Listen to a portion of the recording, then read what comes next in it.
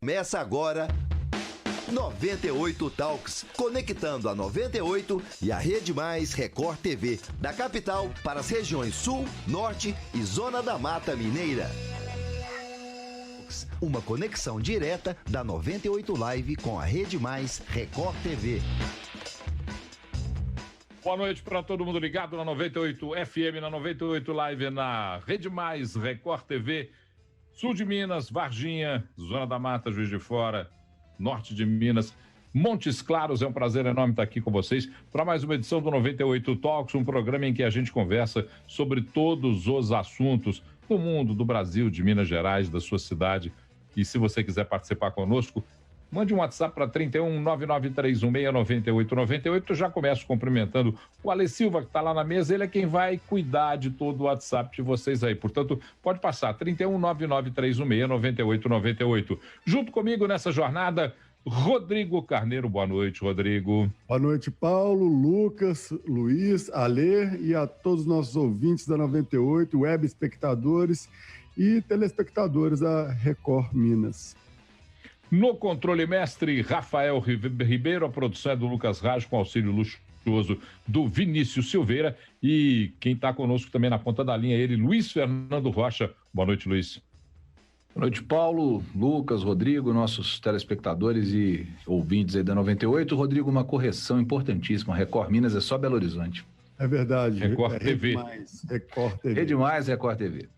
É isso aí. Cumprimentar o Lucas Ragazzi, que está lá, preocupado, sexta-feira. Lucas Ragazzi, que gosta sempre de separar aquela artesanal para sexta-feira. Tudo pronto aí, Lucas? Boa noite. Boa noite, Paulo, Luiz, Rodrigo, aos nossos telespectadores da Rede Mais, nossos ouvintes na Rádio 98. Já está separada a cerveja artesanal, daqui a pouco vou tomar ela. Daqui a pouco não, né? Se eu fizer igual o Rodrigo aqui, que gosta às vezes de tomar uma também durante o programa, já estou abrindo aqui também. Cara, você está me denunciando assim... Não pode mais. No ar não pode, na TV isso da cadeia. Não pode mais na TV. Mas quem falou que era legislação? Não pode. A TV tem legislação específica para isso. Caneca fechada, igual no jogo. Era água. Tem caneca fechada igual no jogo. Pode mostrar o líquido. Por falar em caneca fechada, não, antes lembrando que nós estamos aqui no ar, sempre no oferecimento da Uniaselv. Uniaselv com 2 S. Uniaselv EAD, nota máxima no MEC, tutor exclusivo. É só você acessar uniaselv.com.br. Olha, Belo Horizonte, hoje eu dei uma rodada pela cidade. Filas enormes, postos de combustível com as pessoas já aproveitando para majorar preço, e aí que é o grande problema, que deixa um ponto de interrogação nessa greve, que a gente tem que prestar atenção, que outros interesses escusos estão no meio do caminho. Enfim, desabastecimento de combustíveis é uma grave ameaça, porque os tanqueiros, o pessoal que transporta o combustível, está paralisado. Ontem nós falávamos aqui sobre isso, um anúncio que aconteceu no final da tarde, dizia da paralisação. Segundo Minaspetro, a entidade que representa os postos de combustíveis, a greve já afeta o abastecimento desses estabelecimentos. Quem apurou mais coisa foi o Lucas. Lucas, com você. Paulo, a situação está muito complicada, né? Eu tenho a impressão que as notícias começam até mais pequenas, né? Elas começam como boatos, aí vão se confirmando as intenções das greves, e aí cria esse clima de tensão, de preocupação. Todo mundo vai correndo para um posto próximo para encher o tanque. Eu mesmo fiz isso, fiquei preocupado também, né? Porque como é que a gente pode até ir viajar para o interior ou para atravessar a cidade, às vezes para trabalhar, para ir na casa de alguém, de algum parente, né? Tomando todos os cuidados da pandemia.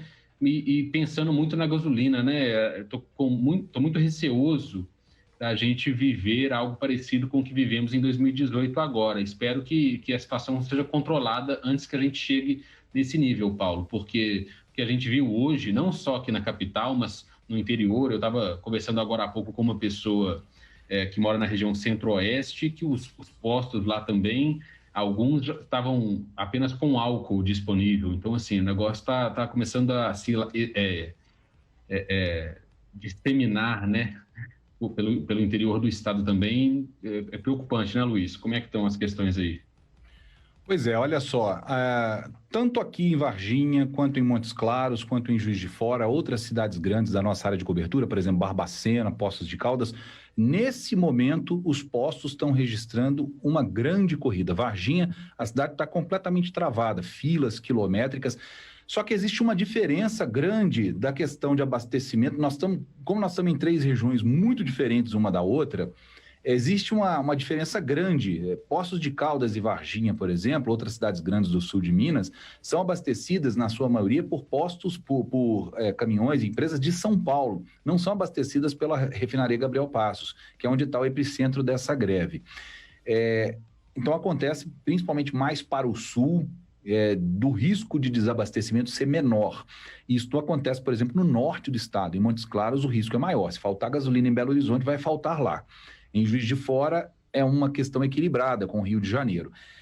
No interior, de uma forma geral, esse risco é diferente da capital, né? A demanda de Belo Horizonte ela é muito maior do que de todas essas cidades que eu citei, mesmo juntas. Se juntar Montes Claros, Juiz de Fora, Poços, Barbacena, Varginha, não dá uma Belo Horizonte, Betim, Contagem de demanda.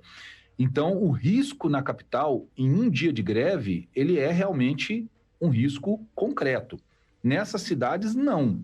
Então, as pessoas estão correndo aos postos, estão desesperadas, mas o risco de que esse desabastecimento aconteça, ele é menor. Claro, se a greve persistir, se a paralisação continuar e se não for tomada nenhum tipo de medida para negociar essa situação, o risco vai aumentando à medida que os dias vão passando. Eu mesmo ia hoje para Belo Horizonte com a minha esposa e meus filhos, a gente tem um casamento de uma cunhada amanhã, não vai ter festa, não vai ter evento, não vai ter nada, mas a gente queria estar presente porque é uma pessoa muito próxima nossa, nós não vamos mais, nós já desistimos de ir pelo risco de ir e não conseguir voltar para cá, pra vocês terem uma ideia. Isso tá com cara de desculpa, hein? Tô brincando. Não. De jeito nenhum, eu teria o maior prazer em estar aí. A gente tá em desvantagem ainda, Luiz. Que maldade, cara. Pior que tá todo mundo me ouvindo, você me bota numa saia justa até. Muita maldade. Eu sei. Péssimo. Deve ser uma pessoa querida, perdão. Mas você sabe que Belo Horizonte, Luiz, tem uma desvantagem que se a gente ficar uma semana sem gasolina e precisar, vamos supor, andar de bicicleta na cidade, a gente consegue formar milhares de triatletas com uma semana, porque o relevo aqui também não contribui. Você não vai existir mais nenhum obeso em Belo Horizonte com esse período, porque a gente não tem opção, né, cara? É um lugar que o relevo, a gente nos obriga a um transporte público, a um carro, a uma moto, a algo que nos leve. O tal da ciclovia em Belo Horizonte, ela é muito para inglês ver, é muito pouco prática, eu acho. Então, é uma cidade dependente muito dos transportes, infelizmente. Não sei que eu só abri meu microfone aqui. Terminou, Rodrigo? Sim. Porque eu queria acrescentar 2 questões. Primeiro, eu acho que tem aí um forte conteúdo político nessa greve, nessa paralisação. Respeito greves, respeito paralisações, respeito entre aspas. Eu acho que tem hora que greves e paralisações são feitas por estímulos políticos alheios à realidade do pedido feito. E nesse caso, eu tenho muitas desconfianças, até conversei com algumas pessoas, de que existe sim por trás desse panorama um dedinho político para pressionar o governo do estado, para fazer valer um pouco o discurso que o presidente da República usou com relação ao ICMS. Isso é forte, é uma coisa que circula muito claramente. Uma coisa que me chama a atenção, os postos de gasolina aproveitaram e levaram o preço lá em cima. Gasolina 6,8 em Belo Horizonte. O álcool que estava a 3,49, 3,53, a 4,2. Então, esse movimento orquestrado me deixa meio com a pulga atrás da orelha. Paulo, isso é a lei da oferta e demanda, cara, é lei de mercado. Eu acho absurdo, acho nojento, mas infelizmente é a lógica que nós escolhemos para o mercado. Aumenta-se a procura, diminui-se o produto oferecido, o preço sobe. Não está R$ 8,00, como chegou a circular vídeo hoje que a gente viu, dizendo que o cara estava botando a R$ 8,00 porque ele estava, na verdade, trocando o preço. Não chega a esse preço. Mas vai acabar chegando. Se não tiver gasolina, quem tiver vai botar o preço nas alturas. É horrível. Uma pessoa que faz isso não merece ter sucesso comercial. Mas é o mercado. Mas tem uma coisa que me chama a atenção, Luiz, porque, por exemplo, qual é o pleito dos tanqueiros? Que o governo do estado abaixa o combustível de 15% para 12%. Eu, conversando com pessoas de dentro do governo de Minas, perguntei por que é que não teve, então, uma conversa entre os tanqueiros e o governo. Fiquei sabendo que o governador ontem estava preparado para recebê-los na cidade administrativa. Mas que eles ficaram dentro dos caminhões, deram a volta e voltaram para Belo Horizonte ou para Betim, de onde saíram. Mas anteontem a gente tinha falado que ia haver a greve. A gente já sabia que ia haver a greve. Eles estavam dizendo que não, o sindicato dizendo que não, mas a gente sabia que ia haver. O objetivo era... dialogar é nova, né, Luiz? O que o Paulo está falando é a gente vai lançar uma nova modalidade, a gente só quer reclamar, mas a gente não quer nem dialogar e nem apresentar aí os nossos pleitos, pelo amor de Deus. Mas tem pessoas que lucram com o pleito. Enquanto existe o pleito, a pessoa está lucrando. Lucrando, não estou falando de dinheiro, não, gente. Às vezes até politicamente só, às vezes só profissionalmente. Político. Tem pessoas que gostam do conflito, que precisam do conflito, tem instituições que precisam do conflito. Veja bem, eu não estou dizendo que é o caso do Sinditanques, antes que me ataquem aqui de graça, mas eu estou dizendo que isso acontece. Então, pode ser que nesse meio tenha alguém querendo o conflito. Para não ter aceitado a conversa, anteontem, antes da caminhonata, da carreata, a gente sabia que haveria a greve, porque já estavam falando dentro dos grupos que haveria a paralisação. Então, eles já queriam que tivesse. Aí eu não sei se adianta alguma coisa. Se o governo falasse que ia baixar o ICMS, era capaz da greve continuar. Essa é a questão. E o governo não poderá fazê-lo dessa forma. Porque todos sabemos que para baixar o ICMS ele tem que ir à Assembleia. É isso que eu tô falando. Não, mas tem que ir à Assembleia, né? Parece não tem condições. Ele parece que é tipo uma bancada de negociação, né? Então, não vamos para 12, vamos para 13, vamos tentar achar o meio termo. É inconstitucional esse tipo de solicitação, inclusive.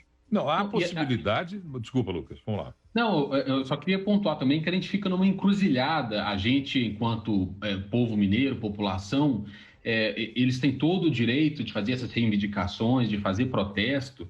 Agora, é uma questão que vem majoritariamente de Brasília para cá, a questão do controle de preços. O Estado, Minas Gerais, está quebrado.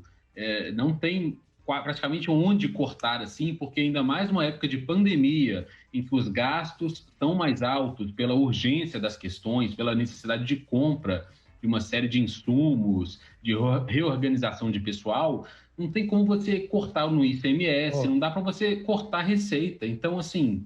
Sem cortar despesa, né, Lucas? Que é o que a gente vê que são os pleitos das reformas.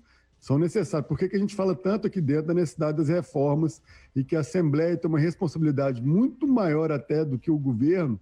O governo ele tem que propor, a Assembleia pega aquele projeto, aprimora, modifica, sugere alterações para que votem e a partir dessas reformas a gente consiga economizar em áreas que não são estratégicas, até mesmo para que sobre, para que atenda aí não só a 12%, que vá a 10%, mas o dinheiro sai de um bolso e vai para o outro. Não tem mágica, isso é matemático.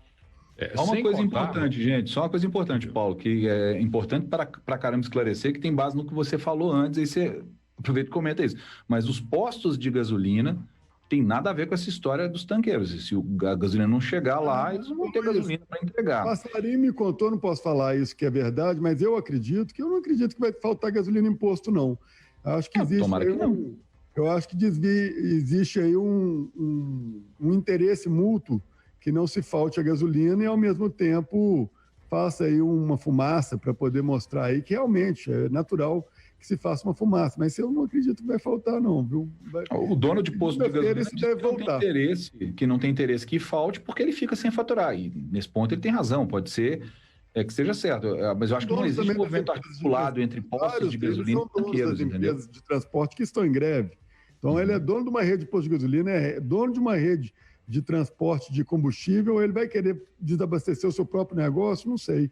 Acho complicado. A questão, por exemplo, hoje na Cristiano Machado, eu vi abastecimento. Eu vi caminhões de tanques abastecendo postos.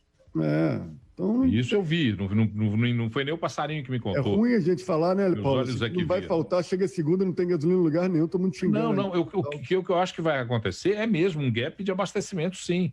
Cuidado com a palavra gap, porque gap é perigoso nesse país. Mind the gap. Mind the gap.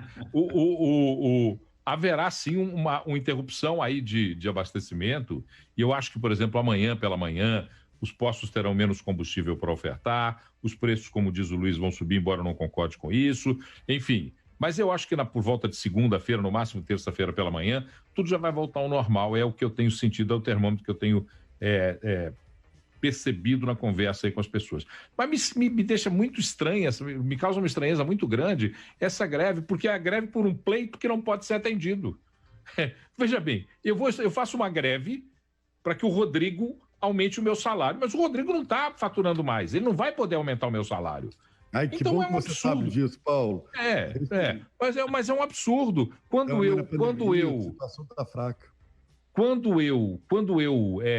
peço para que faça um pleito com o qual eu boto um parâmetro de paralisação ou de lockdown ou de qualquer outra coisa que eu queira fazer e não tenho como ser atendido naquilo que eu pedi, tem alguma coisa estranha no meio do caminho. Eles não poderão ser atendidos nessa questão dos 15% a 12% por uma canetada do governador. Não é assim. Inclusive, aquela fala do presidente Bolsonaro foi falaciosa. Sabe? Não pode dizer que é aquela qual pode escolher? Não, aquela que ele disse que os governadores de estado é que deveriam alterar o ICMS para poder abaixar o preço do combustível. Não é assim. Ele joga a bomba para os estados, né? Exatamente. O governador, para fazer isso, tem que mandar um projeto para a Assembleia. Existe uma corresponsabilidade nisso tudo e, ao mesmo tempo, a gente não está falando de um problema de uma gestão atual. Isso é histórico no Brasil, onde você herda aí vários estados, não só Minas Gerais, teve esse privilégio, entre aspas, de herdar uma conta quebrada e completamente com atraso do salário, do funcionalismo público, né, do básico, eles não estão conseguindo arcar. Outros estados também estão em dificuldade, tanto que tem aí os planos de recuperação, onde os estados se comprometem, inclusive, a cortar gastos para conseguir atingir algumas metas e ter direito aos benefícios. Então, isso tudo está sendo feito em Minas Gerais já. O que é importante, primeiro, é óbvio, é deixar claro o que dói. E a gente falando do combustível, naturalmente, a gente não está aqui privilegiando apenas donos de postos de gasolina, nem donos de transportadoras de combustível. O combustível, como a gente disse ontem, ele impacta o valor do seu alimento, ele impacta o valor de tudo. Ele está atrelado qualquer frete. Tudo. Então, vai ser ótimo, inclusive, para o Estado conseguir fazer cair o valor do combustível, porque impacta também na sua folha, na sua folha não, né? Nos seus custos e... nas suas despesas. Agora, uma questão que também tem que se discutir, e o Brasil está atrasado nesse sentido, está atrasado como matriz, como política energética. Olha a imagem aí, Paulo. Tem imagens aí, nós estamos vendo agora as imagens essas são de Belo Horizonte, Varginha. Isso é Varginha. Varginha hoje, sul de Minas, aí, Luiz, dá uma narrada pra gente aí. Isso aí é o seguinte, a nossa produção conseguiu alguns vídeos que estão circulando aqui, isso já no fim da tarde de hoje, os postos com filas, alguns postos com filas de até 2 quilômetros já no fim da tarde, início da noite, mesmo tendo comunicado dos postos de gasolina, de algumas redes de postos aqui de Varginha, dizendo que não há risco de desabastecimento por causa daquilo que eu falei mais cedo, que é o fato do combustível aqui, boa parte dele vir de São Paulo e não de Betim. Então, alguns postos se abastecem exclusivamente de gasolina vinda de São Paulo e não de Betim. Então, havia recomendação de que não fizessem essa corrida aos postos, mas as pessoas se desesperam e vão assim mesmo. Então, a cidade está travada, diz que o trânsito está horrível na cidade inteira, chovendo bastante, dá umas estiadas, mas volta a chover. E o povo querendo encher o tanque para evitar ficar sem gasolina no fim de semana. Desculpa ter cortado esse raciocínio, Paulo, mas eu pedi para o Vinícius soltar, esses vídeos apareceram agora, em cima da hora, a gente... Não, perfeito, é bom para mostrar, inclusive, para o Belo Horizontino ter uma ideia de que em outros lugares estão enfrentando a mesma questão que estamos enfrentando aqui e outras cidades, o norte de Minas... Na sequência, né, Paulo? Com certeza vai haver o desabastecimento também de papéis higiênicos. Daqui a pouquinho. A relação de uma com a outra, mas sempre quando falta algo, acho que antes teria que dar nas pessoas. Acho que é medo. Medo. E eu acho interessante, cara. Eu queria muito esses antropólogos, essas pessoas que estudam a questão social, a relação entre. Teve a pandemia, acaba o papel higiênico. Vai acabar a gasolina, acaba o papel higiênico. Sei lá, tem greve dos professores, acaba o papel higiênico. É uma grande ação de marketing das empresas de papel higiênico, né? Assim, no início de cada crise, pá, solta. A gente fica nervoso, pode ser que tenha uma relação com isso também, né? Mas eu estava falando a respeito da necessidade da gente discutir, como discute o mundo inteiro, matrizes energéticas diversas. A dependência do combustível fóssil num país onde nós temos uma dependência do transporte terrestre e de caminhões e de automóveis, de utilitários, é cruel não se discutir uma nova matriz energética. O nosso sistema de ferrovias está há muito tempo acabado. A possibilidade da navegação, do transporte fluvial é pequena no Brasil, embora tenhamos potencial para isso, mas nunca investimos nesse sentido. Né? Nós teríamos que construir eclusas, teríamos que construir transposições para poder ter aí um transporte fluvial corrente adequado. E o modal ferroviário, né, que poderia funcionar em outra matriz energética, que é elétrica, e que a gente não consegue fazer funcionar, todas essas questões a gente não consegue discutir claramente. E estamos cada vez mais dependentes num país como o nosso, que tem dimensão continental, que tem dependência de um modal de transporte, de uma matriz energética, que é de combustíveis fósseis, que é finita e que está chegando a um ponto em que o mundo inteiro já discute. 2030, a Alemanha, a França, a Noruega, alguns outros países da comunidade europeia já estarão migrando o percentual de fabricação de veículos movidos à energia elétrica já será maior do que o de combustíveis fósseis. E nós não estamos fazendo nada nesse sentido. Então é preciso que a gente tenha agora a coragem de discutir essa questão. Até porque nós vamos ter que enfrentar essa questão enfrentando montadoras de veículos, enfrentando as fabricantes as distribuidoras e as que exploram e distribuem combustíveis, Paulo, e outros tantos setores. É interessante você falando disso, eu não sei se vocês também foram impactados, com certeza, acho que muitos dos nossos ouvintes e espectadores também foram, de vídeos pelo WhatsApp, de matérias que foram feitas no passado, de pessoas que desenvolveram veículos movidos a água. E as pessoas geram uma expectativa, nossa, não é possível, realmente funciona através da queima, virando H2O, enfim, virando hidrogênio, né? E aí, no final, a gente descobre, eu fui entrar a fundo, né? Porque é natural, as pessoas que criaram esses veículos, de repente elas somem. Sempre aquelas teorias da conspiração, a Petrobras jamais deixaria um carro movido a água entrar no mercado porque quebraria completamente, né? Cara, a realidade funciona, só que o custo da bateria é superior ao custo que você utilizaria para ter um carro a combustível fóssil. Mas não deixa de ser interessante as pessoas buscarem outras alternativas que não fossem apenas os carros a bateria ao lítio, né, e outras baterias que estão se desenvolvendo, acho que é o nióbio também, espero não estar falando bobeira aqui não, mas eu sei grafeno, nióbio, não sei, que eles estão utilizando... Estão discutindo uma série de formas. Alternativas também, né, que o custo do carro elétrico, a maior parte dele fica com a bateria, até por uma questão de você ter aí uma performance, você consiga ter aí um bom deslocamento com ele. Mas eu acho que é o futuro, viu, Paulo? O Brasil, independente disso ou não, eu acho que os veículos elétricos, com o tempo, eles vão ficando cada vez mais acessíveis. E o custo de manutenção deles são infinitamente menores. Então, a lei de mercado deve tratar disso de uma forma muito natural. O que eu acho que seria interessante é a indústria brasileira ter incentivos do governo para que ela possa também se desenvolver, para que isso se torne um bom produto para a gente exportar, seja através de motores elétricos, seja através de qualquer tipo de componente que funcione nesse caso, porque é um caminho que, teoricamente, é sem volta.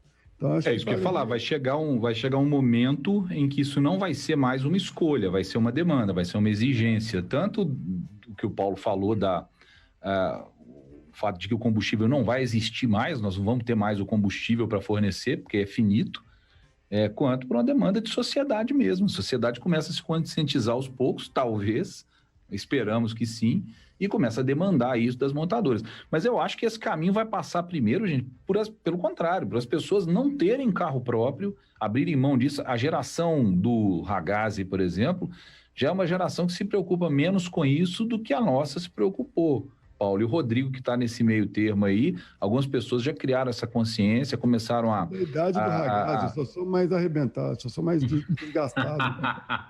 Começaram a ter opções diferentes do que financiar. Até porque, economicamente, não vale a pena você financiar veículo, não. Vale para os bancos, vale para as montadoras que vendem o produto, mas para quem compra, para quem financia, não vale a pena, não. É preferível pegar o dinheiro, guardar e usar alocando ou pagando transporte coletivo. Perfeito, nós estamos falando aqui, tem mais vídeos de Montes Claros agora à noite. A Rede Mais também nos disponibilizou esses vídeos. Está aí em Montes Claros, norte de Minas, fila também para abastecimento. A realidade é que as pessoas começam a ficar muito preocupadas. Você lembrou bem, Montes Claros é dependente da Regap. Você viu que menos de 5,40 o combustível lá, hein? E menos de 5,40 a gasolina. E 3,90 o álcool. Belo Horizonte já tinha rompido a barreira de R$4.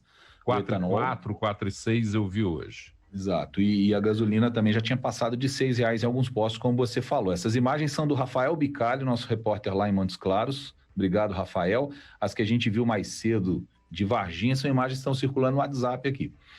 Imagens sem procedência definida, mas são de hoje, a gente checou, são corretas. Com relação ao que o Rodrigo abordou, a questão que o Rodrigo abordou do hidrogênio como combustível, ele já é uma realidade. Eu já participei de um evento da indústria automobilística no Brasil, onde se discutia claramente o hidrogênio como matriz de energia. Eu até vou conversar com uma pessoa da indústria automobilística e propor para que ele venha conversar conosco a respeito disso.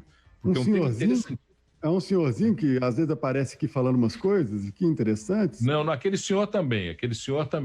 Aquele lord inglês também. É uma pessoa que poderia explicar muito melhor essa coisa para a gente. Mas, gente, vamos só rapidinho. Esse, gente? Fala para o pessoal saber aí. As pessoas Boris Feldman, Mr. Boris Feldman, que é um Boris Feldman foi eleito mais de uma vez um dos 100 jornalistas mais influentes desse país. Acho que ele foi o segundo ou terceiro mais influente do mundo.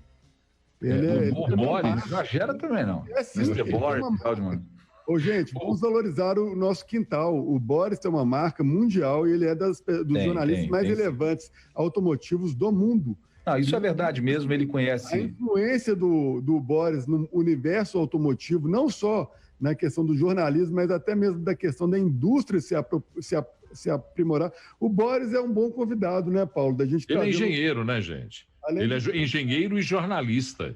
A gente tem que considerar essas duas vertentes. Conhece muito. Experiência de mais de 80 anos falando de carros. Ele começou a falar do Ford de 1935. Foi o primeiro carro. Se ele estiver te ouvindo aí, ele vai te matar. O primeiro test drive que ele fez foi no Ford Bigode, foi, Luiz? Mas agora é verdade, o Boris Feldman foi namorado da Elke Maravilha quando a Elke Maravilha foi Glamour Girl. Quando a Elke Maravilha foi Glamour Girl. A Elke Maravilha tinha 15 anos de idade, o Boris já era adulto e namorava com ela. Ele fazia parte do júri do Glamour Girl. Amigos, vamos sair da amenidade, porque hoje nós temos um debate aqui para falar sobre volta às aulas, e eu queria aproveitar o ragazzo aqui, porque hoje o Ministério Público, a polícia, aliás, hoje teve uma apresentação por parte da Polícia Federal, na sede da Polícia Federal, mostrando detalhes do rompimento da barragem do Córrego do Feijão e deixando claro que houve uma inconsistência técnica por parte da mineradora, que tinha conhecimento do risco e que fez uma manobra que era uma manobra criminosa. Lucas Ragazzi tem mais detalhes. Lucas, com você.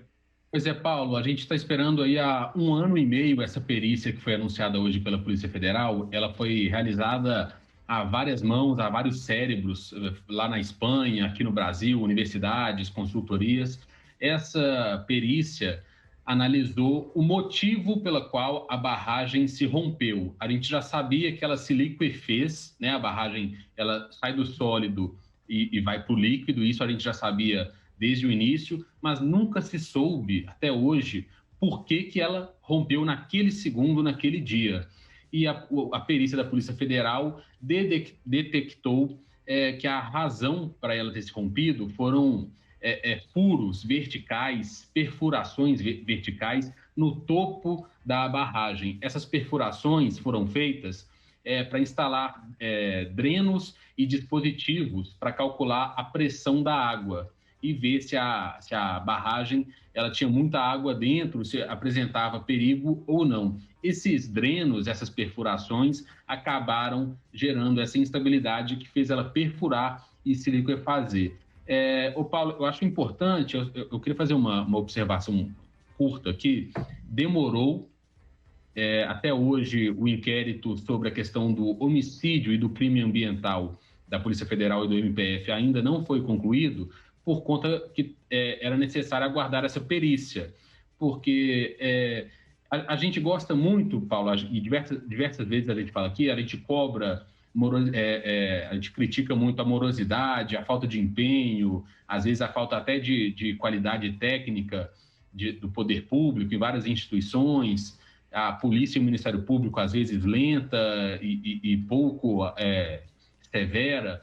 Mas, nesse caso, eu acho que a gente tem que reconhecer o trabalho muito bem feito da Polícia Federal, principalmente nessa apuração, porque era muito fácil sair culpando todo mundo nos primeiros meses após a barragem, quando estava todo mundo muito revoltado.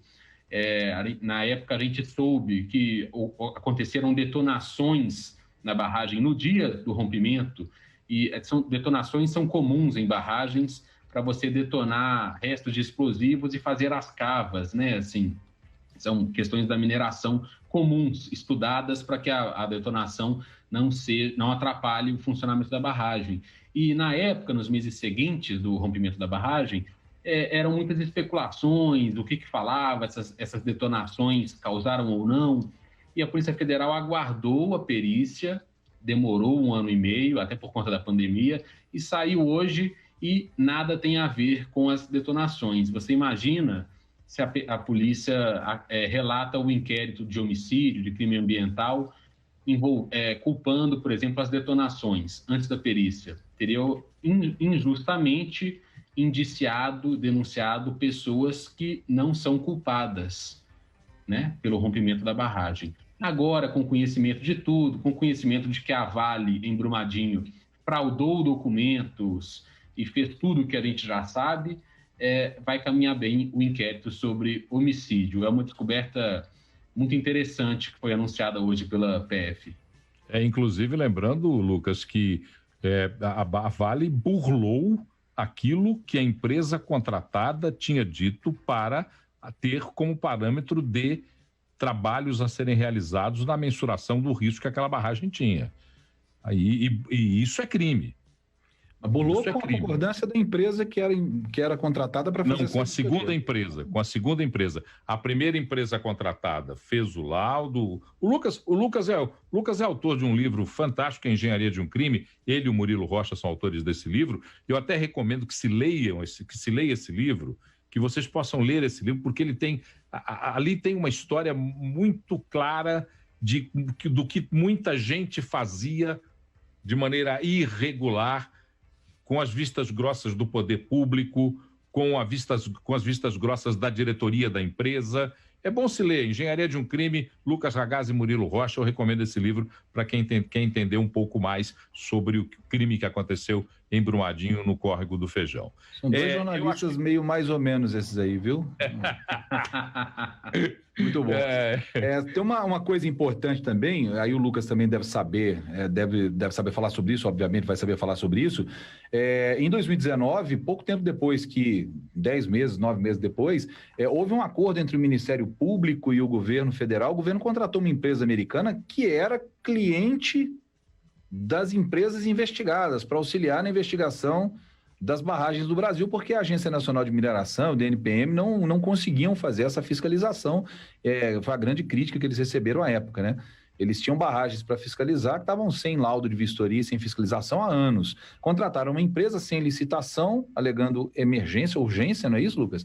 E essa empresa, a Econ, ela tinha na lista dela de clientes as mineradoras que estavam aqui, lá nos Estados Unidos. Um negócio surreal, pra você imaginar, que você vai fiscalizar quem te paga salário, né? Não, a gente vê isso repetindo muito na história da barragem de Brumadinho que se rompe, porque a própria Tuvisud, a consultora que está indiciada aí, tanto pela Polícia Civil, Polícia Federal, Ministério Público, ela deu o ok, o laudo de funcionamento para essa barragem, e a própria Tuvisud, ela sabia que a barragem, por análise dela mesmo, não tinha condições algumas de funcionar.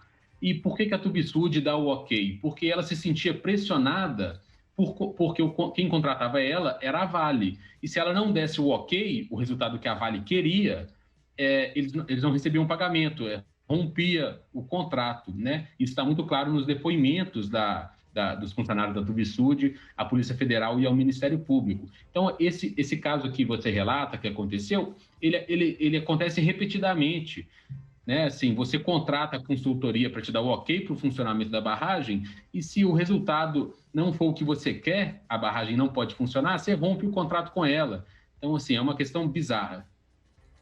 Bom, vamos lá, rapidinho, porque nós já temos os nossos dois convidados aqui para fazermos o debate da volta ou não às aulas. Mas antes eu queria falar que nós temos uma dica para te dar. Você que quer fazer a sua graduação em 2021, já pensou em entrar para o ensino superior com uma bolsa de estudo? É isso aí. Então essa é a sua chance. Participe do concurso Você na Facul da UniAselv. A nota da sua redação vale uma bolsa de até 100%. E o melhor, a participação é totalmente online. Mas não perca tempo, são as últimas bolsas que estão disponíveis. Garanta já a sua rapidinho. Acesse agora UniAselv com 2 S, uniaselv.com.br/você na Facul. Envie a sua redação e boa sorte. Vamos então agora para o nosso debate. Vamos conversar sobre um tema que está aí polemizando muitas opiniões e a gente sempre para aqui mesmo no Talks para conversar sobre isso. Nós somos pais aqui, menos o Lucas, somos aqui 3 pais de crianças na educação infantil e sofrendo com essa realidade, tentando entender melhor. E vamos aí falar sobre isso. É um modelo que está sendo discutido, retorna, é presencial, é só à distância. Vamos receber aqui a Luana Araújo, doutora Luana Araújo, me desculpe, não fiz a sua referência como doutora Luana Araújo, médica, infectologista, epidemiologista, é mestre em saúde pública pela Johns Hopkins University, favorável à retomada do ensino presencial. Ela integra uma lista de mais de 1.000 médicos que assinaram pela volta às aulas na escola. E recebemos, para fazer o contraponto a essa nossa conversa, Ramult Marinho, professor de História da Rede Municipal de Educação em Belo Horizonte, tem mestrado pela Universidade do Estado de Minas Gerais, integra o Fórum Permanente de Educação em Minas, uma entidade da sociedade civil que é contrária à volta às aulas. Bom dia, boa noite aos dois, boa noite aos dois. E eu já começo lançando a mesma pergunta, pedindo uma velocidade na resposta para a gente aproveitar mais o nosso tempo. Luana, precedência universal feminina, por que você é favorável à volta às aulas presenciais? Olá, boa noite a todos. Muito obrigada pela oportunidade de estar aqui hoje. Nós somos favoráveis a essa reabertura. Primeiro, na verdade, a gente é favorável a que as pessoas compreendam que as escolas fechadas têm um impacto sobre a nossa juventude, crianças e adolescentes, muitíssimo maior do que unicamente pedagógico. Então, a nossa advocacia primária é para que as pessoas compreendam isso e discutam todos os impactos relativos a essa manutenção das escolas fechadas, entendam que o resto do mundo inteiro voltou às aulas, as escolas foram as últimas a fechar e as primeiras a reabrir, e a gente está, infelizmente, se arrastando nessa situação e colocando nossas crianças e adolescentes numa posição extremamente delicada e traumática. Ramon, te dando o mesmo tempo para você, pedindo celeridade, porque você é contrário à volta às aulas. Boa noite, eu gostaria de agradecer o convite da 98, boa noite a todos os ouvintes e ouvintes. Na verdade, nós somos contrários ao retorno presencial neste momento. E a nossa principal argumento é que, primeiro, ao contrário do que pode parecer, infelizmente, para muitas pessoas, a pandemia ela não passou. Né? Ela está, pelo contrário, nos seus piores momentos. No ano passado, nós registramos índices inferiores do ponto de vista da infecção e também dos óbitos. E as mesmas dificuldades estruturais das escolas, sejam elas públicas, sejam elas privadas, se mantêm. Então, não há um motivo plausível, sem colocar em risco a vida das pessoas e tudo que envolve a educação, seus trabalhadores, os educandos e também tudo que vive em torno da educação, no momento em que há um recrudescimento dos índices da pandemia e nós continuamos com a política de não testagem, com a política de enfrentamento bastante claudicante. Então, nós somos contrários ao retorno presencial neste momento. Boa noite, Luana. Boa noite, Ramute. Obrigado por ter participado aí, abrir aí essa oportunidade para a gente discutir e informar a nossa audiência. Luana, eu vou fazer uma pergunta direcionada a você pela questão da sua formação. E existe aí uma série de informações com relação à pandemia que elas, às vezes, elas vêm trocadas. E aí a gente lê uma matéria até mesmo em revistas tradicionais e aí aparecem outras matérias que contradizem, até porque é um vírus novo. Mas a questão da transferência da infecção pela criança, pelo adolescente ou pela criança mesmo, existe uma diferença, existe uma análise hoje onde demonstra que tem uma diferença da transmissibilidade da criança e do adolescente para um adulto normal? Tem sim, e essa é um dos pilares dessa nossa advocacia pelo retorno escalonado das aulas presenciais a partir das crianças pequenas. O que a gente sabe hoje, o que a ciência coloca é que crianças pequenas de 0 a 6 anos, elas têm uma transmissibilidade, uma infectividade entre elas e adultos da ordem de 1000 vezes menor do que a transmissibilidade entre os adultos. Então, por exemplo, mesmo que a gente tenha uma situação na comunidade completamente descontrolada, a gente sabe que isso não se reflete direto e proporcionalmente nas escolas. Existe um estudo da Carolina do Norte que mostra que no retorno das escolas, as aulas presenciais, eles tiveram um número de apenas 32 casos que foram registrados, quando se esses números fossem refletir a população de uma forma geral, nós deveríamos ver mais de 800 casos. Então, de 0 a 6 anos, essa transmissibilidade é infinitamente menor, e daí para frente ela aumenta de forma devagar e ela só vai alcançar números próximos aos adultos depois dos 14 anos de idade. Então, a gente não consegue entender, dentro do que a gente vem vendo ao redor do mundo, das experiências de vida real, por que razão a gente não pode voltar, pelo menos com essas crianças que estão nessa faixa etária inicial de 0 a 6 anos e entendendo construindo um contexto favorável, começar a ampliar isso para outras faixas etárias. Paulo? Luiz Fernando, é com você, não é não?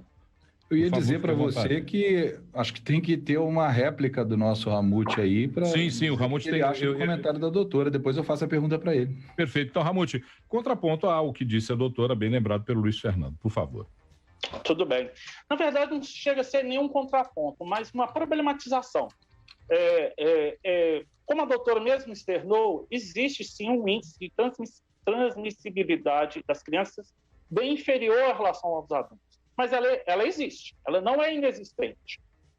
Mas o que nós estamos falando de escola, e escola é um aparelho estatal, né, que mobiliza um número gigantesco de pessoas para além daquelas que estão na sala de aula. Então, um retorno, ainda que escalonado, em um espaço que, como eu disse no início, e pesa muitas dúvidas sobre a adequação física desses espaços, vai impactar diretamente não só as crianças, que têm, claro, uma resistência maior, mas todos os adultos que, digamos assim, vivem o mundo da escola. Desde das pessoas que lidam com a faxina, com a limpeza, com a preparação de merenda, com o transporte escolar, com o próprio trânsito. Então, um retorno escalonado às escolas pode promover aglomerações e um incremento da doença. E é importante destacar que as últimas notícias, né, recentes, inclusive dessa semana, alguns países que tinham, sim, feito o retorno presencial, já estão reavaliando a possibilidade do fechamento novamente. E é mais importante destacar, são países que fazem um controle, acompanhamento da doença, acompanhamento dos doentes, testam muito mais do que o Brasil. Então, o nosso receio é que uma possível volta, ainda que escalonada, vai propiciar a ampliação dessas doenças principalmente entre aquelas pessoas que vivem esse mundo da escola. Puth, obrigado também pela presença de vocês aqui conosco nesse debate. Eu queria perguntar o seguinte, eu entendi o que você disse, eu acho que você explanou muito claramente, e a minha pergunta é exatamente sobre isso. Assim, os países que já promoveram a volta às aulas e agora estão promovendo o fechamento novamente das escolas, eles pelo menos fizeram um planejamento que possibilitou voltar às aulas num determinado momento, para que as crianças não ficassem nessa prisão que elas estão aqui no Brasil há quase 12 meses. Nós estamos completando daqui a 2 semanas 12 meses. Na sua avaliação, faltou esse planejamento em nível macro no Brasil? Eu tenho sido muito chato aqui nesse programa, inclusive batendo muito nessa tecla, porque esse é um negócio que eu percebo em relação a quase tudo, mas que dói especialmente em relação à questão das escolas.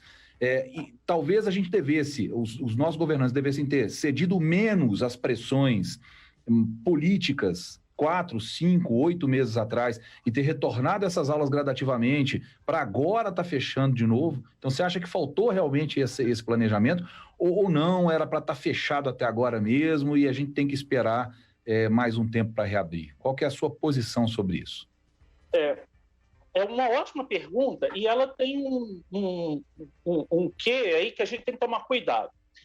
Não dá para saber se no passado era o momento de reabrir a escola, porque o que vai justificar a minha resposta, inclusive, é a total concordância com o que você disse.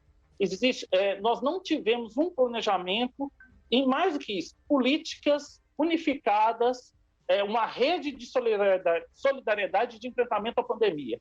Então, o retorno às aulas nos outros países só foi possível a partir do momento em que se estabeleceu quais são as políticas. E mais, os países que enfrentaram, digamos assim, a pandemia, que estão os melhores índices, na eventual contaminação ou na descoberta de uma localidade, a velocidade da resposta dada é muito grande, né? No caso do Brasil, eu não vou nem comentar em relação ao negacionismo que, infelizmente, nós tivemos durante vários meses, uma negação da doença e da seriedade dessa doença, dessa pandemia. Então, nós não podemos esquecer disso. Mas ainda nós vivemos os efeitos de uma política totalmente atrapalhada, seja na política de vacinação, nas informações que são dadas à sociedade. Então, a grande pergunta que fica... Ramon, desculpa te interromper, até para você concluir. A partir do momento que a gente tem informações da área da ciência, onde ela nos traz uma série de certezas por conta do que já foi estudado e feito fora do país, será que também não é um negacionismo das pessoas que não querem voltar à aula pelo fato de, nesse momento, mesmo com a ciência a favor, eles se negarem a testar ou tentar ou até mesmo propor algo que fosse atender a um meio termo? Rodrigo, ótima pergunta também, vou tentar desenvolver até para garantir a fala da doutora. Mas olha só, na verdade, não é um negacionismo à ciência, mesmo porque a ciência ela não é um discurso unificado. Nós vamos lembrar que nós tivemos médicos no Brasil, alguns inclusive de renome, que defenderam um tratamento preventivo que hoje a grande maioria da comunidade científica médica renega, e que, inclusive, negaram a potencialidade dessa pandemia. Então, é dizer que existem vários discursos. Mas, mesmo assim, o que pesa no Brasil não é uma negação à ciência ou às experiências dos outros países. O que pesa no Brasil, e aí, particularmente, aí pessoa, também concordo, é a desconfiança na construção dessas políticas. Porque, apesar de nós termos todas as informações, nós tivemos várias outras informações médicas importantes. Hoje nós podemos dizer que nós sabemos enfrentar o vírus de uma melhor forma, mas isso no Brasil não impediu, inclusive, o colapso de várias cidades, né? Manaus, Araraquara, Recife. Então, o que pesa, Rodrigo... Ramon, eu vou ter que te interromper para equilibrar o tempo do debate, senão a doutora vai ficar só como espectadora. Ragazzi tinha uma pergunta para a doutora. Ragazzi. Doutora Luana, boa noite, obrigado por estar aqui. Boa noite. Na verdade, desculpe, eu queria poder replicar essa fala do Ramute, por favor, rapidamente. Eu entendo toda essa argumentação dele, mas eu queria pontuar algumas coisas que são muito importantes. A primeira é a seguinte: a ciência é muito clara.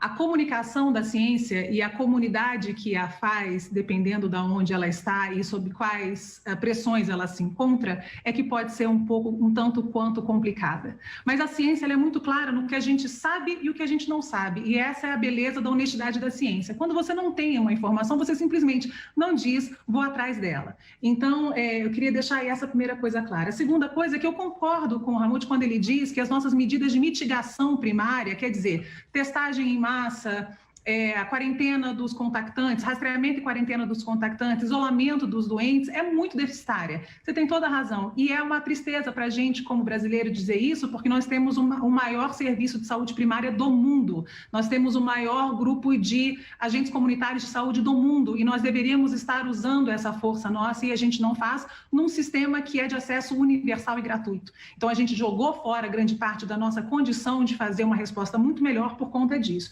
Concordo. Mas existem coisas que são muito importantes que você colocou e eu só queria rapidamente dizer. A primeira é que esses países que estão fechando escolas eventualmente, como foi citado, eles tiveram um protocolo muito claro dessa reabertura, porque a educação é considerada um serviço essencial, tão essencial quanto a saúde, quanto a alimentação, quanto qualquer outro setor. Então, o que falta para a gente, e eu acho que é o cerne da questão, é começar a entender que a sociedade tem que mudar para que a educação volte. Não é a educação que tem que voltar a despeito da condição da sociedade. Então, se a gente não mudar essa mentalidade, a gente vai ter problemas gravíssimos. E são problemas que nós temos visto já em consultório e nos números que são muito claros e disponíveis para todo mundo. Nós temos visto aumento do número de transtornos de ansiedade, de depressão, de diagnóstico de autismo em criança que, na verdade, são simplesmente não estimuladas, tentativas de suicídio, infelizmente, suicídios levados a cabo em crianças de 10, 11, 12 anos. A gente tem visto um aumento do número de pedidos de abortamento legal em crianças e adolescentes pelo aumento da violência sexual contra essa faixa etária. Então, as coisas são muito complicadas. E com relação ao momento de reabrir, a gente tinha, sim, infelizmente, Ramute, informações que permitiam esse momento de reabertura no ano passado. Fechar foi uma situação intempestiva, porque a gente não sabia com o que a gente estava lidando e era preciso fazer isso. Absolutamente compreensível. Mas a partir do momento que você faz isso, você tem que trabalhar para ter as condições e o planejamento para voltar o quanto antes. Não é possível para a gente entender que volte todo o resto da sociedade, todos os outros setores da economia, e quem pague o pato pela transmissão descontrolada sejam as crianças. Então, me desculpe alongar nessa réplica, mas, por favor, estou à disposição. Não, nenhum problema, nós estamos terminando, inclusive, o nosso tempo. A gente tem um tempo estipulado para esse debate e para essa conversa. E eu tenho certeza que esse debate, essa conversa, continuam agora nas casas, com os pais, com os professores, com os alunos, com todos aqueles que estão nos ouvindo. Agradecer à doutora Luana Araújo, que esteve aqui conosco, ao professor Ramute Marinho, que estiveram conosco aqui nessa conversa sobre a volta às aulas. Terminando por aqui, boa noite, Luiz Fernando Rocha, boa noite, Rodrigo Carneiro, boa noite, Lucas Ragazzi. Quem está agora na 98 Live vai ficar com o Arena, no 98 FM com o Arena, e quem está na Rede Mais, na Record TV no interior, fica com o Jornal da Record. Uma boa noite, uma ótima sexta-feira, um ótimo final de semana e até segunda, às 7 da noite, com mais uma edição do 98 Talks. Até lá. Termina aqui 98 Talks, conectando a 98 e a Rede Mais Record TV, da capital para as regiões Sul, Norte e Zona da Mata Mineira.